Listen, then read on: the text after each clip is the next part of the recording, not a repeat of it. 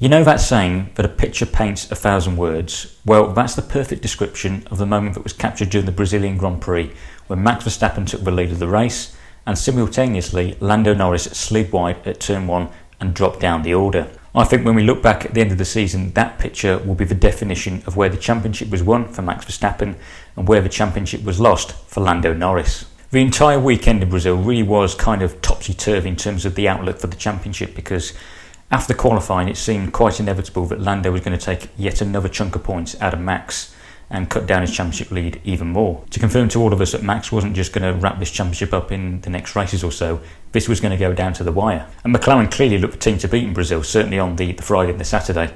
They made the perfect start to the weekend, securing a 1-2 in the sprint qualifying, and they followed that obviously up with a 1-2 finish in the sprint, even if they made a bit of a handful of the whole team orders debacle by telling Piastri to let Lando Norris through quite late on in the race. Certainly it was quite a late decision and just about well timed before the virtual safety car was obviously deployed. But at the end of the day, it did give Lando the maximum points available and meant that he was able to reduce the gap even further to Max in the championship. But in just the space of a few hours, Lando's title hopes, which were looking slim at best even before the Brazilian Grand Prix, and all the momentum that he built up over the last few races, taking race victories, taking podiums while Max was struggling just to finish in the top 5 or top 6, all of a sudden went out the window through a combination of mistakes and bad luck, while Max on the other hand didn't put a foot wrong. He put in a completely flawless performance on the Sunday, going from 17th to 1st in one of the greatest drives of his career, maybe arguably his best.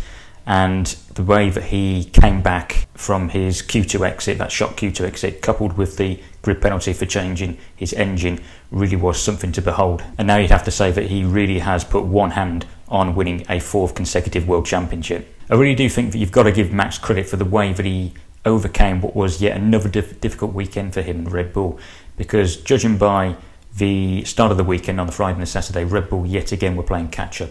They clearly weren't in yet another good position to compete. Even if Max did finish third on the road in the sprint, he then was obviously demoted to 4th with a penalty. And although he was able to keep up with the McLaren and obviously Leclerc's Ferrari, they still clearly weren't the quickest. McLaren were the team to beat. So it seemed destined that he was going to give up yet more points and really be in for a nervy end to the season. And yet he won that Grand Prix all by himself through sheer pure talent and skill.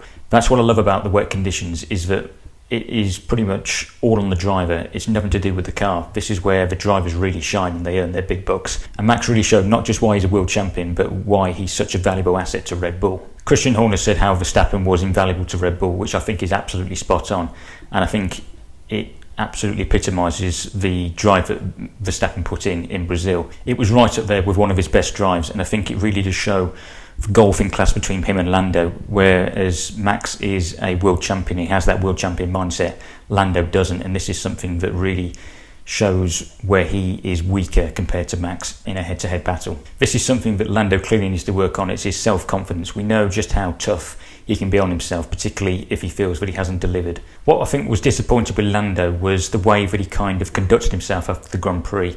In his post-race interviews, you could kind of tell by his body language and the way that he was speaking that he knew that the championship was gone. Any hope of being able to overhaul Max to the championship really had just gone. And given how the race had played out, with Max benefiting from the red flag when he obviously decided to stay out and risk it on the intermediate tyres rather than boxing for a fresh set of tyres, really kind of think did leave Lando a little bit rattled. And that's why I think he came across as quite bitter in a way, given that he mentioned that Max's win wasn't down to talent, it was simply down to luck. I mean, Lando does have a point. Sure, Max did get lucky, but so did both Alpines, and you saw how it really paid off for them because they got a double podium. And then on the flip side, for the others, like Lando, who decided to pit, it didn't pay off, it didn't go their way. They were unlucky. They could have risked staying out if they wanted to, but then they didn't, and they paid the price for it. Lando's race kind of unravelled from there after the restart, where he obviously made that mistake at turn 4 that saw him lose a position to Russell, and then again after the safety car restart, he obviously had that mistake at turn 1,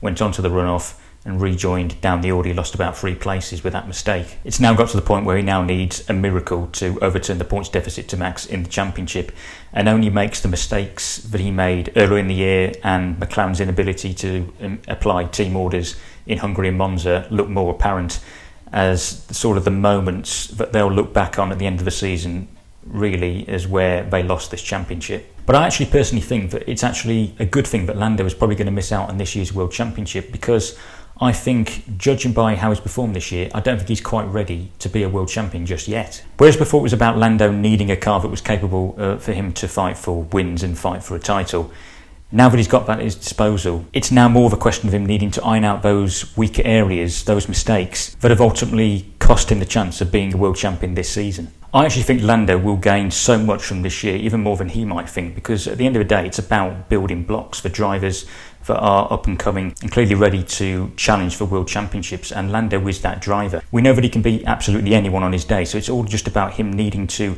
put it all together to mount an even more serious challenge in 2025. It maybe comes across as I'm being quite hard on him that he hasn't been able to make the most of having the best car this year, but I just don't think that 2024 is his year. It's not meant to be. His time will come, there's no doubt about that. Lando will be a world champion in the future at some point. And on the flip side, you could arguably say that this year has been Max's best, even more so than 2023, when obviously he dominated and looked unbeatable to the point where it almost looked like a PlayStation game. But the way that he's handled this second half of the season with a car that clearly has lost its edge and isn't the all-conquering Red Bull of last year, and certainly the Red Bull that looked yet again unbeatable at times in the first sort of 6-7 races of this season, actually shows just how good a driver Max is and why he's a 3-time and soon to be 4-time world champion. Going back to that picture I mentioned at the start of Lando sliding wide and Max taking the lead of the race simultaneously, in that moment Max went from having his lead cut down yet again by Lando to now having a 62-point championship lead, and he now leaves Brazil going into the next race in Vegas with a chance to actually win the championship at that race.